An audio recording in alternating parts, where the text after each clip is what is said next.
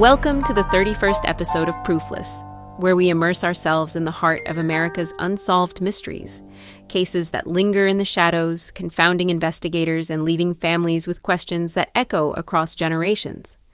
I'm your host, Anna Berger, and today we're journeying to a suburban Maryland community in the 1970s, where the disappearance of two young sisters shattered a sense of safety and sparked a decades-long search for truth.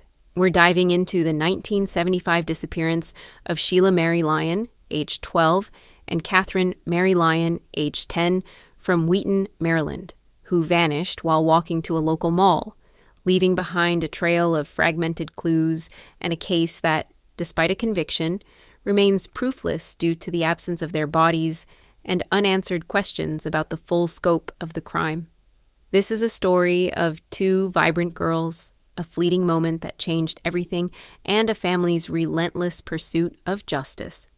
So, settle in for an exhaustive exploration of a mystery that continues to haunt and compel. Let's set the scene. It's March 1975 in Wheaton, Maryland, a bustling suburb of Washington, D.C., known for its tree-lined streets, middle-class neighborhoods, and family-friendly vibe. Wheaton, with a population of about 30,000, is a place where kids ride bikes to school, families shop at the Wheaton Plaza Mall, and community events like church picnics define the rhythm of life. The area, part of Montgomery County, is considered safe, with low crime rates and a strong sense of community pride. Sheila Mary Lyon, 12, and Katherine Mary Lyon, 10, are sisters growing up in a cozy, split-level home on Pliers Mill Road. Born to John and Mary Lyon, Sheila, born November 18, 1962, and Katherine, born March 29, 1964, are the eldest of four children, with younger brothers Jay and Joe. Sheila, with her blonde hair, blue eyes, and quiet demeanor, is a seventh grader at Kensington Junior High, known for her love of reading and her talent for playing the flute. Katherine, with her brown hair, hazel eyes, and outgoing personality, is a fifth grader at Oakland Terrace Elementary, passionate about drawing and gymnastics. The Lyon family is a cornerstone of Wheaton. John, a radio broadcaster for WMAL, and Mary, a homemaker and part-time librarian, raise their children with love and structure. The sisters are close, often seen playing in their backyard or walking to the library together. Sheila, at 5 feet 2 inches and 90 pounds, is introspective, spending hours with mystery novels and dreaming of becoming a writer. Katherine, at 4 feet 8 inches and 70 pounds, is a social butterfly, organizing neighborhood games and aspiring to be an Olympic gymnast. They share a bedroom filled with posters of David Cassidy and stuffed animals, and their after-school routine includes homework, flute practice for Sheila, and drawing sessions for Katherine. The family attends St. Mary's Catholic Church, where the girls sing in the choir, and they're known for their tight-knit bond, often hosting neighbors for barbecues. On March 25, 1975, a sunny Tuesday during spring break, Wheaton is alive with the promise of spring. The Lyon sisters, excited for a day off, ask to walk to Wheaton Plaza, a popular open-air mall about a half-mile from their home, to see Easter displays and grab pizza at the Orange Bowl restaurant. Dressed casually, Sheila in a blue sweater, jeans and sneakers, Katherine in a red jacket, green pants and loafers, they leave home around 11 a.m.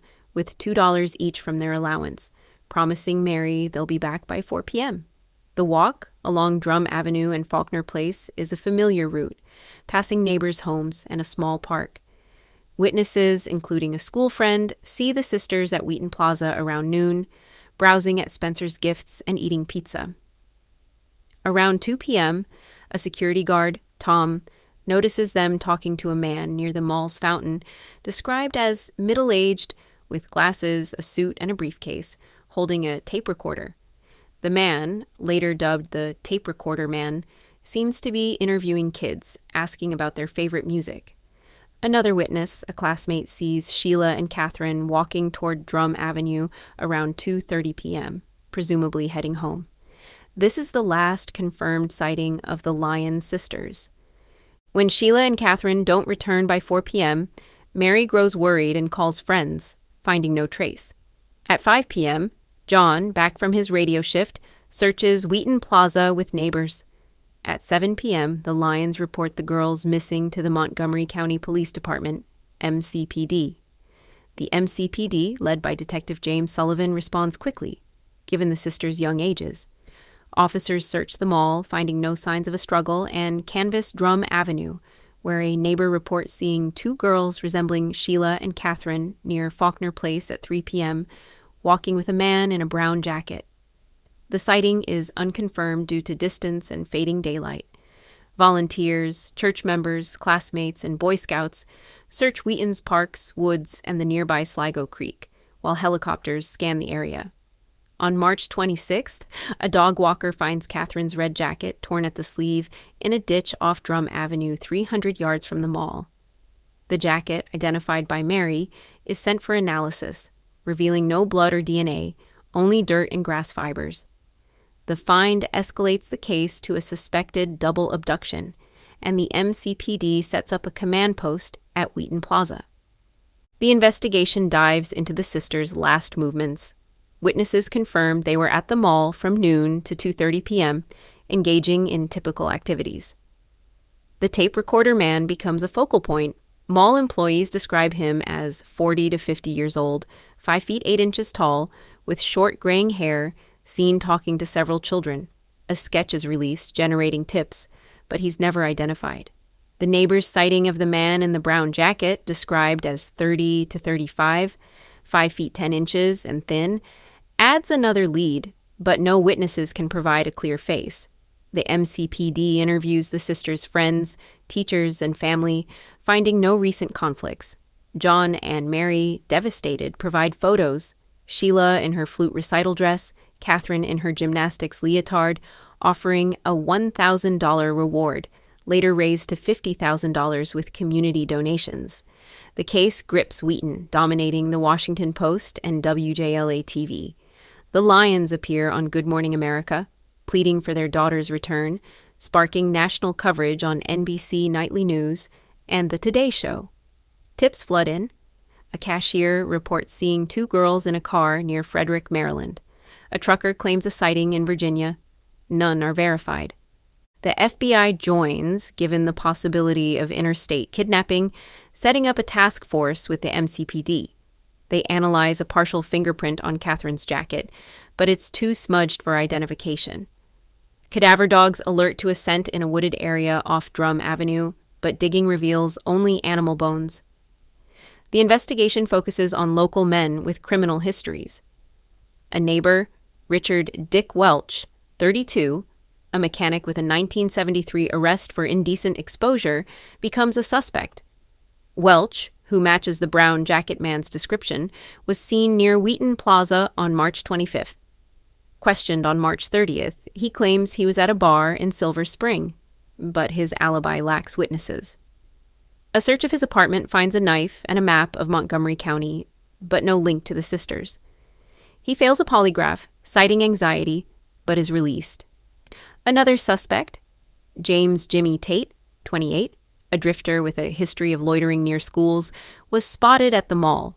His van, a white Ford Econoline, matches a vehicle seen near Drum Avenue, but a search finds no evidence, and his alibi, working a construction job, is verified. A third lead points to a local loner, Lloyd Lee Welch, no relation to Richard, 18, with a record of petty theft. Lloyd, seen in Wheaton that week, fails to provide a clear alibi but is released for lack of evidence. White dusted. Theories about the sisters' fate emerge, each steeped in uncertainty. The primary hypothesis is that they were abducted by a stranger while walking home, possibly assaulted and killed. The jacket and scent suggest a struggle near Drum Avenue, with the bodies hidden, perhaps in Sligo Creek, a landfill, or the Blue Ridge Mountains 50 miles away. A 1976 search of a Frederick County dump, prompted by a tip about suspicious bags, yields nothing. Another theory posits a targeted abduction by someone the sisters knew. Their routine walks to the mall suggest a local predator may have watched them, possibly the tape recorder man or a neighbor. A third theory, fueled by Wheaton's proximity to D.C., suggests a trafficking ring given reports of missing teens in the region. A 1975 FBI report notes trafficking activity in Baltimore, but no evidence links the sisters. A fringe theory speculates they ran away, but their close family ties and lack of money dismiss this. In 2013, a break emerges when Lloyd Lee Welch, now 56, is identified as a key suspect.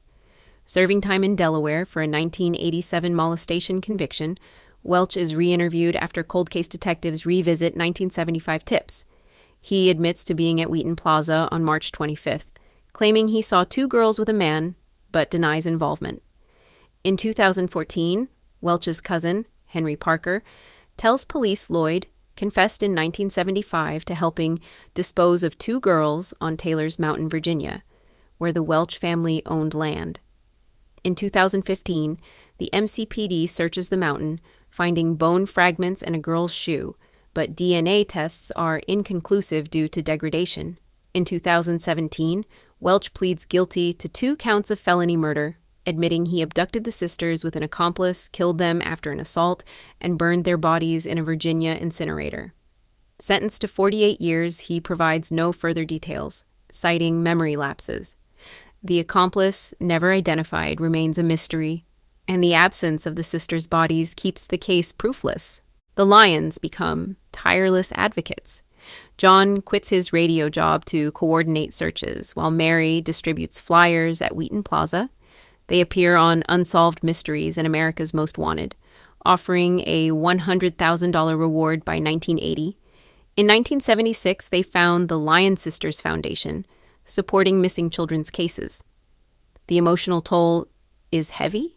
John battles heart issues, Mary keeps the girls' room intact, and Jay and Joe struggle with loss. The case reshapes Wheaton, streetlights are installed, and schools mandate safety programs. The 1996 Jacob Wetterling Act, inspired partly by the Lyons, creates sex offender registries.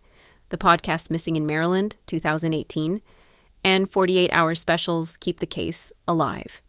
A 2024 tip about a Virginia landfill prompts a search, but no remains are found.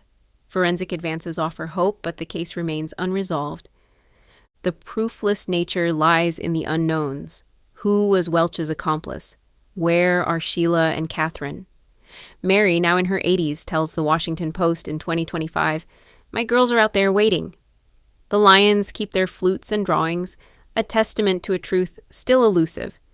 That's all for the 25th episode of Proofless. The Lyon sisters' disappearance is a tragedy that shook a suburb and changed child safety laws. If you have information, contact the Montgomery County Police or visit lyonsistersfoundation.org. Share your thoughts on our website or social media, and join us next time for another journey into the unknown. Until then, keep searching for answers.